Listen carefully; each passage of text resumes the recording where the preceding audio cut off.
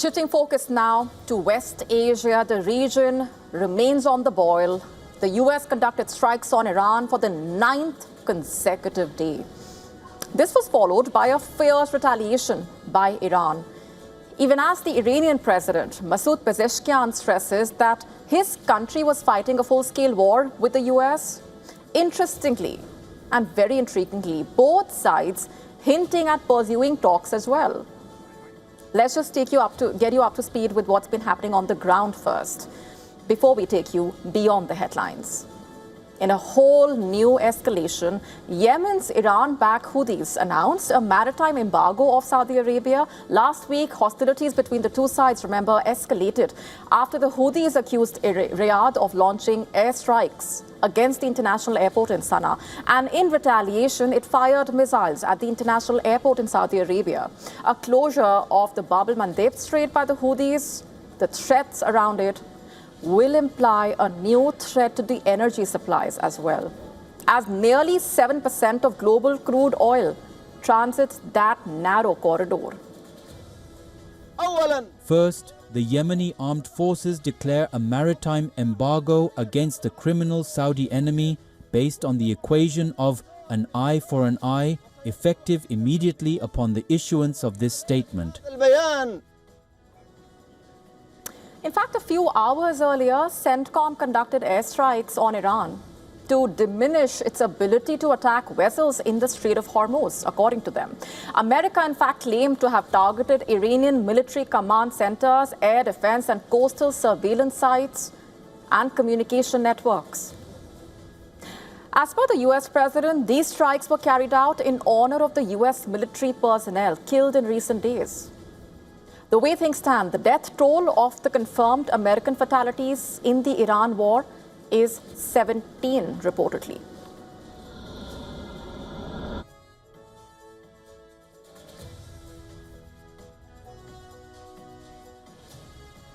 And while we piece together what all unfolded, Iran retaliated by striking Syria once again. In fact, the IRGC claimed to have struck the Special Operations Command Center in the Al-Tanf region. It also targeted US military aircraft stationed at Jordan's airport, with ballistic missiles reportedly causing damage to a number of jets, as claimed.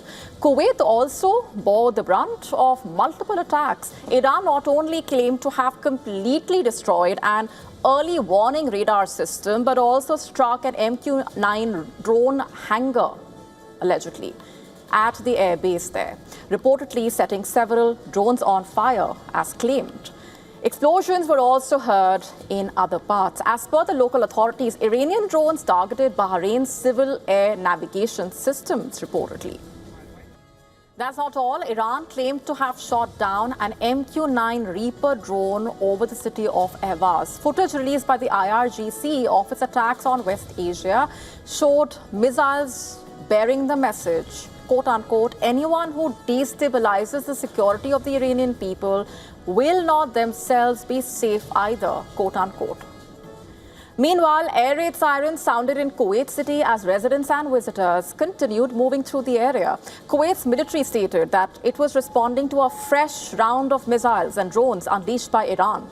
Iran also announced that 2 oil tankers which attempted to enter and exit the Strait of Hormuz through an unsafe and hazardous route reportedly exploded and were brought to a halt. The IRGC has warned that the strategic waterway will remain unsafe for transit for even a single drop of oil and gas, as long as America's quote-unquote aggression continued. At the same time, Iran revealed that diplomatic exchanges with the US via mediators were ongoing. As per Reuters, mediators have proposed a 10-day cessation of strikes to revive the MOU that was signed by Iran and America. Listen to this. Proposals have been put forward and conveyed to us by the mediators. We have received them, but please excuse me from going into their details. However, the main point that the diplomatic apparatus has been active and that ideas from some mediators have reached us is confirmed. And just for more context here, a day earlier, the US Secretary of State also showed America's willingness for a diplomatic settlement. even as he called upon other countries to join efforts to protest the safety of vessels in the Strait of Hormuz. So this is key messaging, but a number of questions still remain. Are the latest US attacks a precursor to a possible ground invasion? Let's tell you why this question comes up.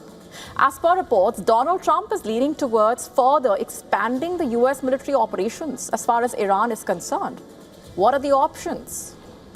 They reportedly include sending ground forces to seize Iranian islands near Hormuz, like Kark, which, remember, handles 90% of Iran's crude oil exports. The other option being considered reportedly, let's break it down. It's the potential bombing of what's called the Pickaxe Mountain. That's where it is located. Just to help you understand the geography of the area, the Pickaxe Mountain, something that Trump has been publicly talking about as well. Now, this highly fortified site is located about 220 kilometers south of Tehran, as you can see. And it's very close to the nuclear complex in Natanz as well, which, remember, was bombed during last year's 12-day war.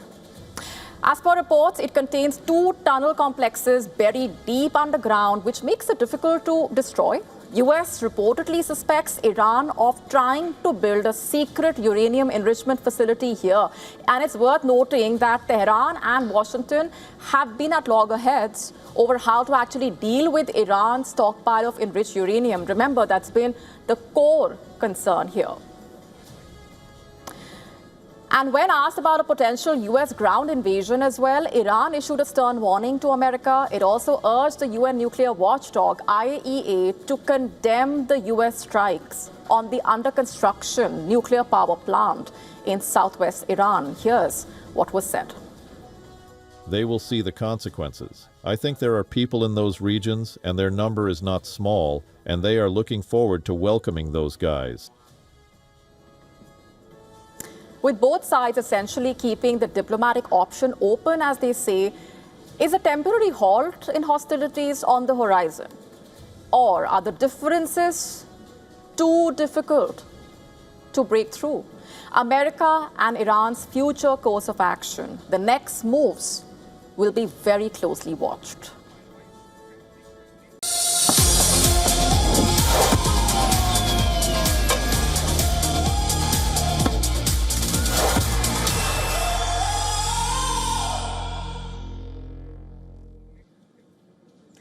US President Donald Trump finding himself at the center of a series of rather awkward moments on football's biggest stage on Sunday.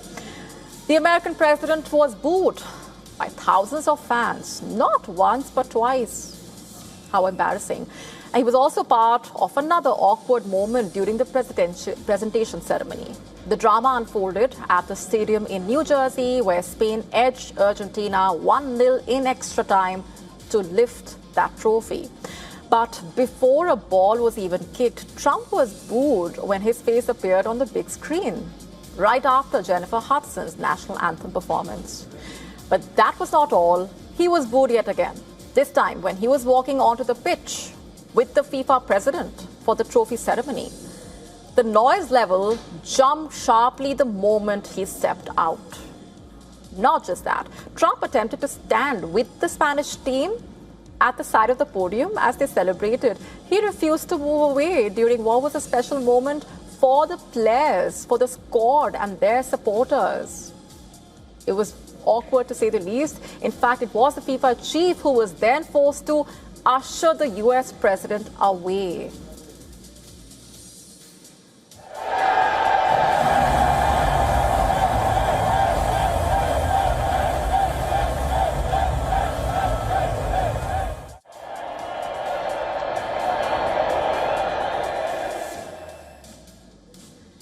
It was just an embarrassing repeat of what unfolded at last summer's Club World Cup final at the same stadium when Trump presented the trophy to the champions Chelsea and tried to crash the celebrations. And it's now time to take you through the key global headlines from around the world at this hour, taking you around the world in 120 seconds.